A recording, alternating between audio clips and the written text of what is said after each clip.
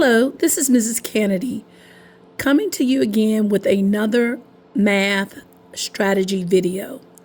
We've been talking about using the Big 7 strategy with the use of partial quotients to divide.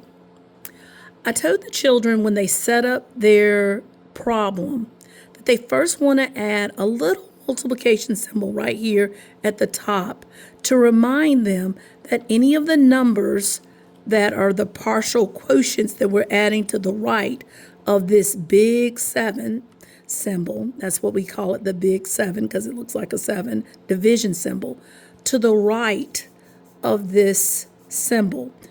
Those numbers are partial quotients, and they're going to be multiplied times the divisor, and you're putting the product of that multiplication underneath the dividend and subtracting, okay?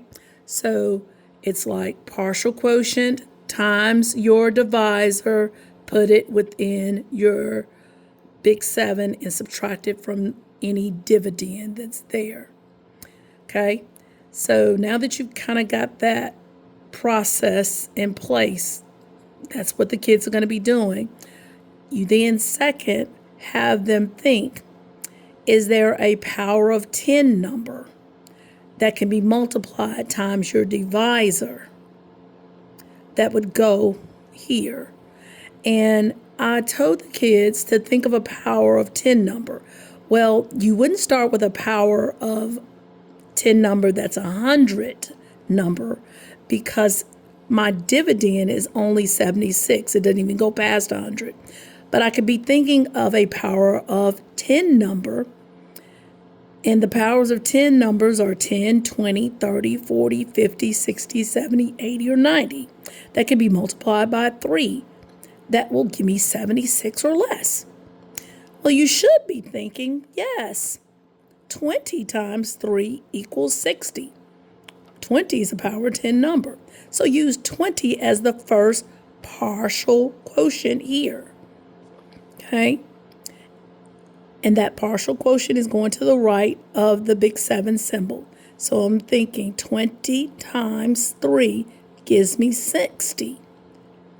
I will then subtract the first partial quotient of 60 from my dividend, and I'm left with 16.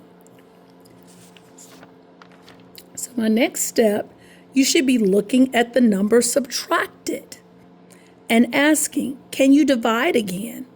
If the difference of the number after subtracting is larger than my divisor or the same as my divisor, I can divide. So I think, is there another power of 10 or one-digit number that can be multiplied by 3 to get me 16 or less?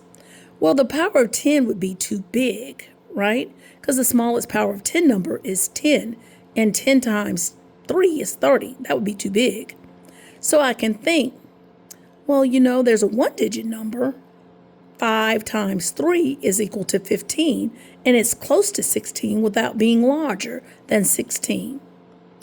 So 5 would be my next partial quotient. Now when I subtract, and I would multiply 5 times 3 equals 15. Now when I subtract 15 from 16, I get a difference of 1. Now I must think, can I divide again? If I've got 1 down there? Well, this will be a remainder because it's smaller than my divisor. I've talked to the kids about making sure that you're looking at the subtracting number. The subtracted number is smaller than the divisor, but it's larger than 1, or if it's larger than 0, excuse me, then it's going to be a remainder, okay? Now that I know that I can't find any more partial quotients, I'm done dividing. I must add my partial quotients over here to the side, and this will be my total quotient. This number goes on top of the Big 7 symbol with any remainder. Remember, a remainder is a number of 1 or more, but less than my divisor. I will write the total quotient on top of the division symbol with my remainder. And that's the final answer.